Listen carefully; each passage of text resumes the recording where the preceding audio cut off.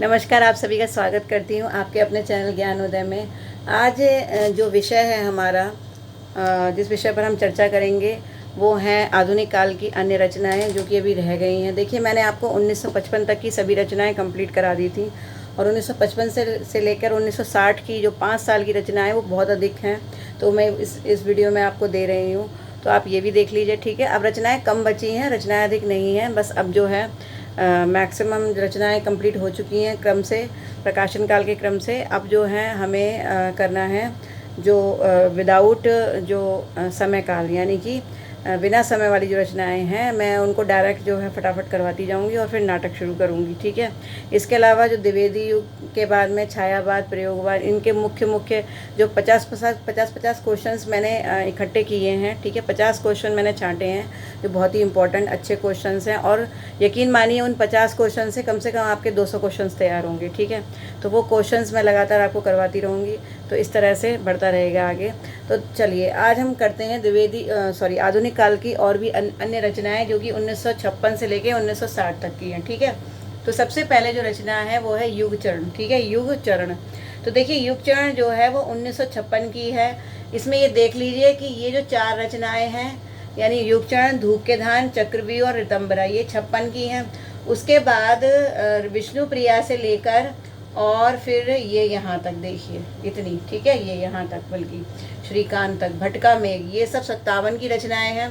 और उसके बाद 58 की रचनाएं ये 4 हैं नीचे वाली। ठीक है, तो चलते हैं। देखिए, ये रचनाएं 1956 की हैं, युगचरण, धूप के धान, चक्रव्यूह और ऋतंबरा। ठीक है, तो इनकी ट्रिक्स देखते हैं। देखिए, युगचरण जो कि माखनलाल चतुर्वेदी की है। ठीक है, तो आप ऐसे याद कर लिए, माखनलाल। चलिए, लाल भी इसमें लगा ही लेते हैं। ठीक है, माखनलाल। माखनलाल कौन?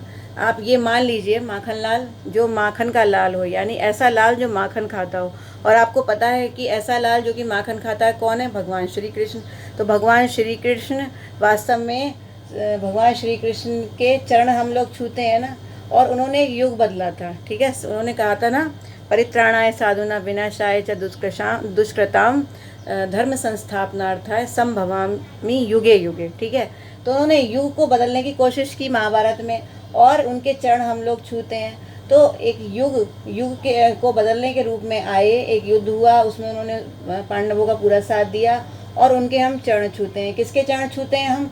माखन लाल के, यानी जो माखन खाता है ऐसा लाल। ठीक है, तो ऐसा लाल कौन है? भगवान श्री कृष्ण। ठीक है, तो इस तरह से आप याद कर सकते हैं, युग चरण माखनलाल चतुर्वेदी की है। उसके बाद फिर आगे चलते हैं, फिर है धूप के धान। ठीक है, धूप के धान जो है ये गिरजा कुमार माथुर की है। अब आप इसको लर्न कैसे करेंगे? देखिए, गिरजा कुमार माथुर में जहाँ भी आपको बताऊंगी इनकी ट्रिक्स, तो गिरजा में गिरजा यानी गिरजा, गिरजा का मतलब क्या हुआ कि गिर जाते हैं ना, जैसे हम लोग गिर जाते हैं ज़मीन पर, उस तरीक़ा का गिरजा है ये। ठीक है, तो देखिए इसकी ट्रिक क्या होगी।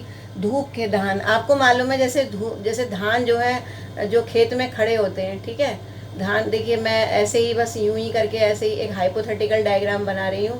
ठीक है, जैसे ये धान खड़े होते हैं, अगर मान लीजिए, ठीक है, बिल्कुल धान का पेड़ नहीं बना रही हूँ मैं, ये सिर्फ हाइपोथेटिकल डायग्राम है, मतलब केवल एक कल्पना है। ठीक है, तो देखिए ये जैसे धूप, अब मान लीजिए ये धान है। ठीक है, और धान के ऊपर क्या पड़ गई? धूप पड़ गई। आपको मालूम है धूप लगने से जो पौधे होते हैं वो क्या हो जाते हैं? सूख जाते हैं, और सूख कर गिर जाते हैं। ठीक है, तो अगर कोई धान का पौधा है और उस पर धूप लग गई, इस पौधे पर क्या लग गई? धूप लग गई, तो ये पौधा क्या करेगा? ये गिर जाएगा। ठीक है, तो धूप के धान क्या हो जाते हैं? गिर जाते हैं, यानी गिर जा। ठीक है, तो ये क्या हो गया? गिरजा कुमार माथुर। उसके बाद फिर आगे चलते हैं, फिर है चक्रव्यूह। ठीक है, तो चक्रव्यूह जो है ये कुंवर नारायण की है। अब इसको आप कैसे लर्न करेंगे? देखिए, चक्रव्यूह। ठीक है, कुंवर नारायण। अब कुंवर का मतलब क्या हुआ? देखिए, कुंवर नारायण। ठीक है, अब कुंवर का आप कर लीजिए कुवारा। ठीक है, कुआरा। कुंवर का आप क्या करेंगे? कुआरा। और नारायण का क्या करेंगे? नारायण मतलब विष्णु भगवान। ठीक है, जब कोई कुंवारा युवक होता है और वो क्या बन जाता है? नारायण बन जाता है। नारायण का मतलब क्या होता है? देखिए, जब कोई विवाह होता है तो जो दूल्हा दुल्हन होते हैं, ठीक है, उनको, दूल्हा को नारायण का प्रतीक माना जाता है, और जो उसकी पत्नी होती है, जो दुल्हन होती है, उसको लक्ष्मी का प्रतीक माना जाता है ना, ऐसा हमारा हिंदू संस्कृति में है। तो देखिए, एक कुंवारा युवक क्या बन जाता है? नारायण बन जाता है। जब उसका विवाह होता है तो एक कुंवारा युवक क्या बनेगा? नारायण बनेगा। तो इस तरह से हम कहेंगे कुंवर नारायण। ठीक है, अब कुंवर नारायण की लिखी हुई क्या है, चक्रव्यूह, ठीक है, क्या है, चक्रव्यूह। कुंवर नारायण की लिखी हुई क्या है, चक्रव्यूह। तो जो कुंवर नारायण है यानी कुंवारा व्यक्ति क्या बन गया, नारायण बन गया, उसका क्या हो गया, विवाह हो गया, ठीक है। तो अब बताइए जब इसका विवाह हो गया तो विवाह क्या हो गया, एक चक्रव्यूह हो गया, ठीक है। विवाह वास्तव में क्या है, एक चक्रव्यूह है जिसमें जो फंस गया, कहते हैं ना कि विवाह एक ऐसा लड्डू है जो नहीं खाओ तो भी बुरा लगता है और खा लो तो भी बुरा लगता है। तो जब कुंवारा व्यक्ति नारायण बन जाता है तो चक्रव्यूह में फंस जाता है, ठीक है। तो कुंवर नारायण की क्या हो गई, चक्रव्यूह हो गई। ऐसा कुछ नहीं है जैसा मैं बोल रही हूँ, मैं सिर्फ आपको ट्रिक बता रही हूँ, ठीक है, क्योंकि ये थोड़ी जो फनी ट्रिक्स होती हैं ये आपको जल्दी याद करा देती हैं, ठीक है। तो कुंवारा जब नारायण बनता है तो वो किसमें फंस जाता है, चक्रव्यूह में। इसके बाद जो नेक्स्ट है देखिए ऋतंबरा, ठीक है। ऋतंबरा जो है ये 1956 की, ये केदारनाथ मिश्र की रचना है, ठीक है। तो देखिए इसको आप कैसे याद करेंगे, इसको याद करने का तरीका क्या है, देखिए ऋतंबरा मैं आपको बताती हूँ, ऋतंबरा, ठीक है। अब ऋतंबरा, ऋतंबरा के आप दो पार्ट कर लीजिए, ऋतंबरा एक तो कर लीजिए ऋतु, ठीक है, एक क्या करेंगे ऋतु और दूसरा क्या करेंगे अंबरा, ठीक है। यानी देखिए जब ऋतु अच्छी होती है तो अंबर भी अच्छा होता है, ठीक है। जब ऋतु बढ़िया होती है, ऋतु जब बिल्कुल साफ होती है, साफ सुथरा मौसम होता है तो हमारा आसमान भी साफ होता है। यानी ऋतु और अंबरा आपस में कैसे हैं, दोनों एक दूसरे के पूरक हैं, ठीक है। अब आप जाते हैं केदारनाथ, आप कभी केदारनाथ गए भी होंगे, आप में से बहुत से लोग, ठीक है। और केदारनाथ मिश्र, ठीक है, मिश्र, मिश्र का मतलब क्या हुआ, ऋतु और अंबर दोनों आपस में क्या हो गए, मिश्र हो गए, ठीक है, दोनों आपस में मिले हुए हैं। तो जब आप कभी ऐसे याद करिए, जब आप केदारनाथ कभी घूमने गए तो आपने क्या देखा कि वहाँ का जो अंबर है यानी आसमान है वो इतना सुंदर है कि ऐसा लग रहा है कि ऋतु और अंबर यानी वहाँ की जो ऋतु है, जो भी चल रहा है, सर्दी गर्मी का मौसम जो भी चल रहा है, और जो अंबर है यानी आसमान है वो आपस में क्या हो गए, मिल गए हैं। आसमान में, आसमान बिल्कुल साफ है और ऐसा लग रहा है कि ऋतु और अंबर आपस में एक दूसरे से बात कर रहे हैं, मिल रहे हैं। कहाँ पर, केदारनाथ में, है ना। तो मिल गए हैं, मिल गए से क्या हो गया, मिश्र, क्योंकि केदारनाथ एक्चुअली केदारनाथ दो है ना, केदारनाथ मिश्र भी है, ठीक है। तो इसलिए आपको ये याद रखना पड़ेगा कि केदारनाथ मिश्र आपको याद रखना है, ठीक है। तो मिश्र में ये दोनों आपस में मिल गए और आप कहाँ गए, केदारनाथ, ठीक है। तो इस तरह से आपको याद रखना पड़ेगा, ठीक है। तो ये हो गया। अब इसके बाद फिर अगली रचना पर चलते हैं, फिर है विष्णुप्रिया, ठीक है। विष्णुप्रिया किसकी है, मैथिली की। और मैंने मैथिली शरण गुप्त की जितनी रचनाएं बताई हैं सब मेथी से ही बताई हैं। देखिए आप ऐसे याद रखिए कि विष्णु को क्या प्रिय होता है, विष्णु को क्या प्रिय होता है। विष्णु, आपको मालूम है जब भी आप विष्णु की पूजा करते हैं तो आप हमेशा तुलसी जी जरूर रखते हैं, ठीक है। उनके भोग में तुलसी जी जरूर चढ़ाई जाती है, विष्णु का प्रिय भोग माना जाता है तुलसी, ठीक है। तो तुलसी के पत्ते हम लोग रखते हैं किसमें, विष्णु प्रिया, यानी विष्णु की प्रिया कौन है, तुलसी हैं, ठीक है। और तुलसी कैसी होती है, हरे रंग की होती हैं। तो एक दिन क्या हुआ कि आपके पास तुलसी नहीं थी, तो आपने क्या करा, आपने सोचा कि चलो तुलसी भी हरी होती है तो मैं क्यों ना ऐसा करूं कि कोई और दूसरे पत्ते रख देता हूं जो कि हरे होते हैं, ठीक है। तो जो है इसीलिए क्या क्या करा आपने, तो आपके घर में मेथी थी तो आपने तुलसी की जगह मेथी रख दी, विष्णु प्रिया की जगह, ठीक है। तो विष्णु प्रिया, विष्णु को प्रिय क्या थी, तुलसी, लेकिन आपने तुलसी की जगह क्या रख दी, मेथी, ठीक है। तो विष्णु प्रिया क्या बन गई, मेथी बन गई, ठीक है। तो यहाँ से आप याद कर लीजिए कि मैथिली शरण गुप्त की हो गई विष्णु प्रिया। उसके बाद फिर आगे चलते हैं, फिर है उर्मिला। उर्मिला जो है वो बालकृष्ण नवीन की है, ठीक है। उर्मिला जो है वो बालकृष्ण नवीन की है। अब इसकी ट्रिक आप कैसे याद करेंगे, ठीक है। देखिए उर्मिला मैं बताती हूँ, उर्मिला देखिए आप पूरा बालकृष्ण मत याद करिए, ठीक है, बस केवल नवीन ही याद कर लीजिए। जब नवीन आप याद कर लेंगे तो अपने आप ही बालकृष्ण आपको याद आ जाएंगे। उर्मिला, उर्मिला यानी नवीन, ठीक है। अब देखिए अब इसको कैसे याद करेंगे, उर्मिला को आप तोड़ दीजिए, उर प्लस मिला, ठीक है, और नवीन कैसे याद करेंगे, देखिए उर का मतलब क्या होता है, हृदय, उर का मतलब क्या होता है, हृदय, या और मिला का मतलब मिलना, ठीक है। जब हम किसी नए व्यक्ति से मिलते हैं, आपके घर में कोई नया व्यक्ति आता है, ठीक है, तो आप उसे बड़े मतलब प्यार से गले मिलते हैं, उर से मिलते हैं, हृदय से मिलते हैं, ठीक है। जैसे आपके यहाँ कोई नया नया मेहमान आएगा तो आप क्या करेंगे, उसे बड़े हृदय से मिलेंगे, ठीक है। तो हम उर से मिलते हैं, किससे मिलते हैं, जब कोई नया मेहमान आता है, जब कोई नवीन व्यक्ति आता है तो उर मिला, यानी उर से हम मिले। हम किससे मिले, उर से, नवीन से, नए मेहमान से, ठीक है। तो इस तरह से आप याद कर सकते हैं। फिर है सौवर्ण। सौवर्ण जो है वो पंत की रचना है, ठीक है। तो सौवर्ण, अब देखिए सौवर्ण पंत की रचना है, इसको आप कैसे याद करेंगे, ठीक है। अब देखिए 57 की रचनाएं चल रही हैं। अब देखिए सौवर्ण, ठीक है, सौवर्ण, सौवर्ण को आप तोड़ लीजिए और सौवर्ण जो है वो हो गया, इसको जब आप तोड़ेंगे तो ये 2 शब्दों में टूटेगा, सौ और वर्ण, ठीक है। 100 का मतलब क्या हुआ, 100 आप जानते हैं, ठीक है, 100। और वर्ण का मतलब क्या हो गया, वर्ण, वर्ण मीन्स रंग, ठीक है। और ये रचना किसकी है, सौवर्ण, ये है पंत की। पंत मीन्स क्या होता है, मैंने सभी रचनाओं में आपको बताया, पंत को आप पैंट लिखेंगे, ठीक है। तो देखिए आप ऐसे याद करिए, जो पंत जी थे, आपको मालूम है उन्हें पैंट पहनने का बहुत शौक था, तो उनके पास 100 वर्ण यानी कि 100 रंगों की पैंट थी, ठीक है। उनके पास कितनी थी, 100 रंगों की पैंट थी। 100 वर्ण, 100 वर्ण यानी 100 रंगों की उनके पास पैंट थी, क्योंकि उनको पैंट पहनना बहुत पसंद था, वो तरह तरह के कलर्स की पैंट लाते थे। तो 100 वर्ण यानी 100 रंगों की पैंट किसकी थी, पंत जी की, ठीक है। बस इतना आपको याद रखना है। फिर उसके बाद फिर आगे चलते हैं। फिर है विराम चिन्ह। विराम चिन्ह जो है वो अंचल की है, ठीक है। अब अंचल, रामेश्वर शुक्ल अंचल जी जो थे, ठीक है, अंचल से बस आप अंचल याद रखेंगे, रामेश्वर शुक्ल अपने आप आपको याद आ जाएगा, ठीक है।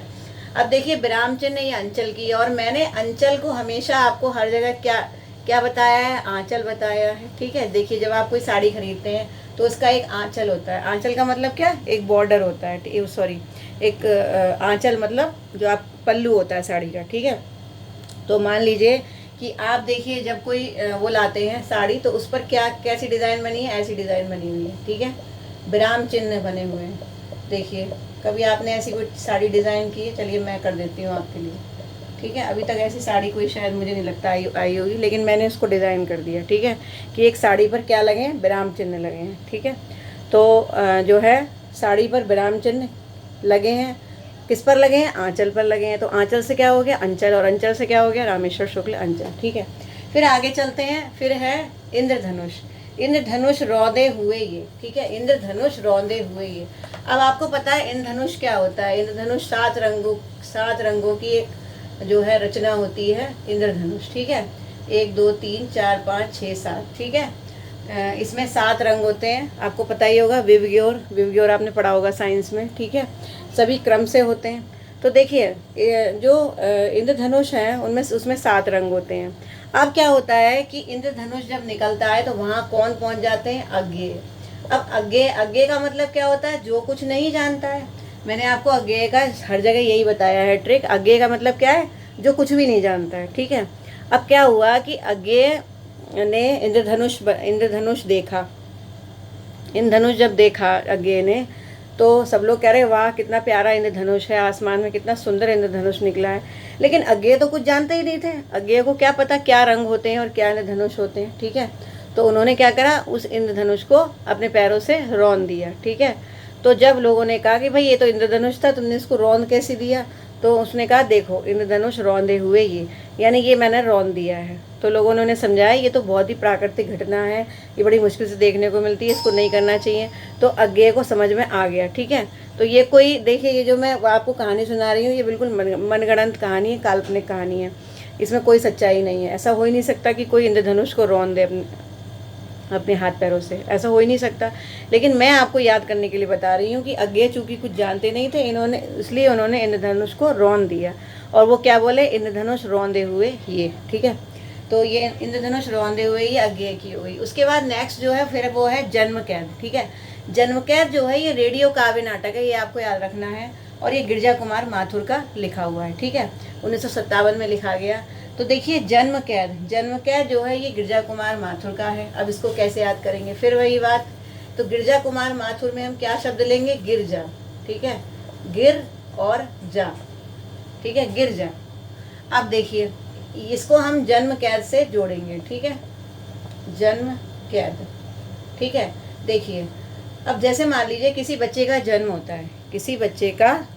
होता है, और उसे हमें क्या करनी होती है, कैद देनी होती है। ठीक है, अगर मान लीजिए कोई बच्चा जन्म होते ही हम ये चाहते हैं कि वो बच्चा कैद में हो जाए, ठीक है, जन्म लेते ही, तो हम क्या करेंगे, हम उसे गिरा देंगे, गिर जा। ठीक है, जैसे जो कंस था, कंस जो था उसने क्या किया था, देवकी के जितने 8 पुत्र थे, ठीक है, वो चाहता था कि उन्हें जन्म कैद हो जाए, मतलब जन्म में ही, जन्म के टाइम ही वो मर जाएं। ठीक है, वो बाहर ही नहीं निकले बिल्कुल, कहीं उसका वो वध ना कर दें। तो इसलिए वो आता था और देवकी के पुत्र को ऐसे उठाता था और पहाड़ से नीचे गिरा दिया करता था, मतलब नीचे गिरा दिया करता था, और उससे उसकी मृत्यु हो जाती थी। तो अगर किसी को जन्म कैद देनी है तो क्या करना पड़ेगा, गिराना पड़ेगा, यानी गिर जा।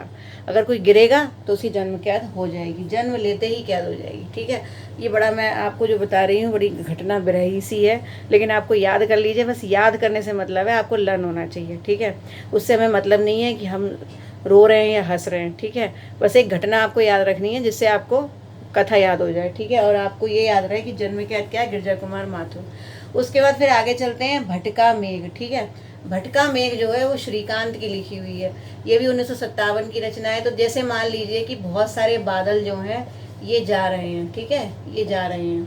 अब ये जब बादल जा रहे हैं, आगे बढ़ रहे हैं, तो इनमें से जो एक मेघ है वो भटक जाता है, वो यहाँ की बजाय कहीं और पहुँच जाता है। ठीक है, तो ये मेघ क्या हो गया, भटक गया। ठीक है, तो आप देख रहे हैं आसमान को, आप अपनी आंखों से आसमान को देख रहे हैं और आप इस बादल को भी देख रहे हैं भटकते हुए। तो आप ये सोच रहे हैं कि ये जो मेघ भटक गया, क्यों ना मैं इसे क्या करूं, क्यों ना मैं इसे पकड़ लूं। ठीक है, तो क्यों ना मैं इसे पकड़ लूं। तो आपने क्या करा, आपने सोचा कि मैं ऐसा करता हूँ, ये आसमान में छिपा हुआ है, ये आसमान में है। तो आप क्या लेकर आते हैं, आप लेकर आते हैं एक चाकू। ठीक है, आप एक चाकू लेकर आते हैं और उस चाकू से क्या करते हैं, इस मेघ को काट लेते हैं। क्या करते हैं, काट लेते हैं। तो आप इस मेघ को चाकू से काटते हैं और अपने पास उसको रख लेते हैं। तो आपने काटा श्री कांत।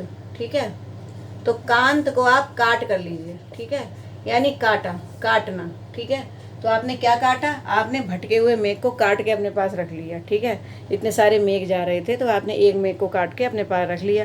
ऐसा कभी हो सकता है, लेकिन बस कल्पना है, आपको याद करना है। ठीक है, ऐसी उल्टी सीधी बातें जल्दी याद होती हैं। तो भटका हुआ मेघ आपने काट के रख लिया, तो ये किसका हो गया, श्रीकांत का की रचना हो गई। अब उसके बाद आगे चलते हैं, फिर है बाणी। ठीक है, बाणी जो है ये पंत की लिखी हुई है, 1958। ठीक है, बाणी किसकी लिखी हुई है, पंत की, और 1958 की लिखी हुई है। अब देखिए आप इसको कैसे लर्न करेंगे, बाणी, बाणी और पंत। ठीक है, इन दोनों का आपस में क्या संबंध है, आप सोच कर देखिए। मैं आपको ट्रिक बताती हूँ, तो आप इसको ऐसे याद कर लीजिए कि बाणी उसकी अच्छी होती है जो पैंट पहनता है, बाणी उसकी अच्छी होती है जो पैंट पहनता है। क्यों अच्छी होती है, ये जब मैंने आपको उत्तरा याद करवाई थी तब भी मैंने ये बताया था कि जब आप पैंट पहन के जाएंगे तो आपके अंदर एक नया कॉन्फिडेंस आएगा। आप इंटरव्यू में जाते हैं तो पैंट पहन कर जाते हैं, पैंट सूट कोट वगैरह पहन करके जाते हैं ना। धोती कुर्ता हम तभी पहन के जाएंगे जब हम किसी हिंदू संस्कृति से रिलेटेड कोई संस्कृत विद्यालय हो या इस तरीके के विद्यालय हो, वहाँ हम जाते हैं। ठीक है, लेकिन ज़्यादातर इंटरव्यूज़ में हम पैंट शर्ट पहन कर जाते हैं या फिर कोट पहन कर जाते हैं। ठीक है, तो पैंट पहनेंगे तो क्या होगा, आपकी वाणी में खुद ही कॉन्फिडेंस आ जाएगा, तो आपकी वाणी कैसी हो जाएगी, अच्छी हो जाएगी। ये सिर्फ आपको याद करने के लिए, इसमें भी कोई सच्चाई नहीं है, मैं आपको बता रही हूँ। आप कुछ भी पहनिए, आपका ज्ञान ही सबसे बड़ी निधि है, आपके सबसे बड़ा खजाना है। ठीक है, लेकिन आप याद कर लीजिए कि जब आप पैंट पहनेंगे तो आपकी वाणी भी अच्छी हो जाएगी और आप उत्तर भी अच्छा देंगे। तो पंत की 2 रचनाएँ हो गई, उत्तरा और क्या, वाणी। ठीक है, उसके बाद फिर आगे चलते हैं, उसके बाद है बांस का पुल। ठीक है, बांस का पुल, बांस का पुल जो है वो रचना है सर्वेश्वर दयाल की, बांस का पुल। ठीक है, और ये किसकी है, सर्वेश्वर दयाल की।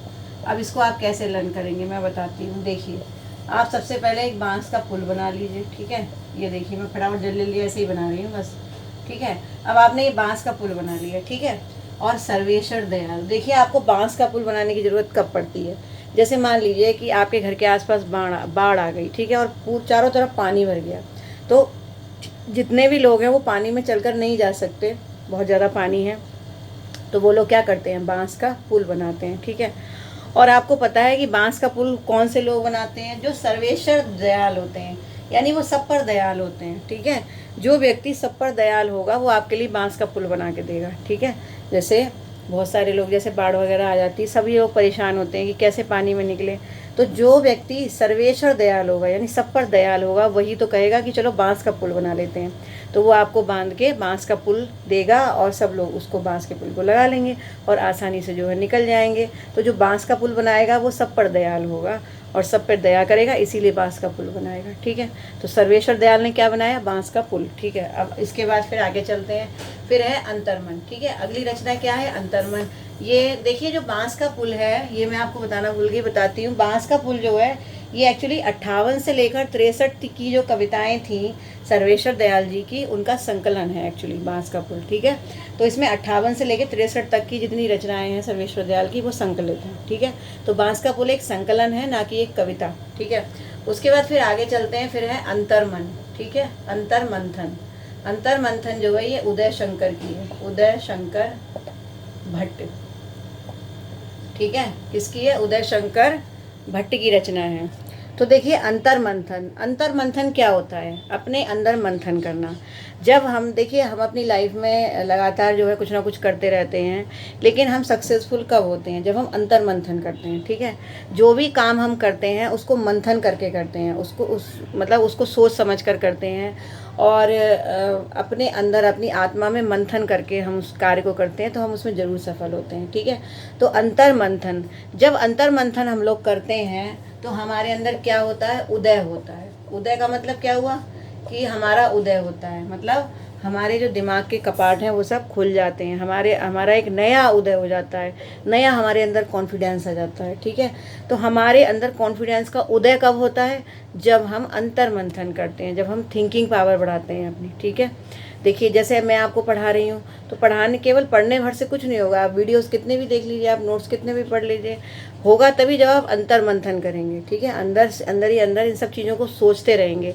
जब आप सोचेंगे, रिवाइज करेंगे, तभी आपको आपके कॉन्फिडेंस का उदय होगा और आप ज़्यादा से ज़्यादा क्या करेंगे? आगे बढ़ पाएंगे। मैं भी आपकी ट्रिक्स बनाती हूँ तो अंतर मंथन करती रहती हूँ, इसीलिए मेरी ट्रिक्स बन पाती हैं। ठीक है, तो जब कोई अंतर मंथन करता है तभी उसका उदय होता है, और जैसे ही उदय होता है वैसे ही किसकी आवाज़ आती है? भट्ट की आवाज़ आती है। ठीक है, जब आपके दिमाग एकदम से उदय हो जाता है, कॉन्फिडेंस आता है, तो आपके अंदर कैसी आवाज़ आती है? भट्ट भट्ट की आवाज़ आती है, और आपको पता चल जाता है कि हमारे कॉन्फिडेंस का उदय हो गया है। ठीक है, ऐसा आप सोच लीजिए, ऐसा कुछ होता नहीं है। ठीक है, लेकिन आपको सोचना है सिर्फ याद करने के लिए।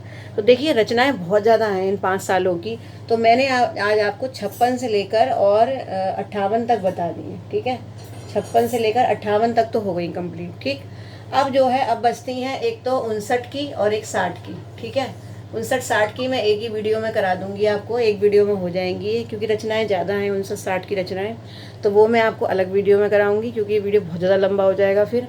ठीक है, तो आप इतनी याद कर लीजिए, और चैनल को अगर सब्सक्राइब नहीं किया है तो प्लीज़ कर लीजिए मेरे चैनल को सब्सक्राइब। अगर आपको अच्छा लगा हो तो ज़रूर लाइक दीजिए, और नहीं अच्छा लगा तो डिसलाइक ज़रूर दीजिए, और मुझे कमेंट करके ये बताइए कि आपको बाकी रचनाएं याद हो रही हैं या नहीं हो रही हैं। ठीक है, अगर अभी भी आपको ऐसा लगता है कि याद नहीं हो रही, तो आप मुझे कमेंट करके बताइए कि कौन सी रचना आपको याद नहीं हुई, तो मैं नेक्स्ट वीडियो में और कोई ट्रिक उसकी बताऊंगी जो आपको याद हो सके। ठीक है, तो इस तरह से लगातार ट्रिक्स के साथ वीडियोस को देखते रहिए, शेयर कीजिए वीडियोस को, ज़्यादा से ज़्यादा देखिए। इसके अलावा अगर आपको नोट्स चाहिए तो आप टेलीग्राम से जुड़िए। मेरे टेलीग्राम का लिंक आपको कमेंट बॉक्स और डिस्क्रिप्शन बॉक्स दोनों में मिल जाएगा मेरे वीडियोज़ में।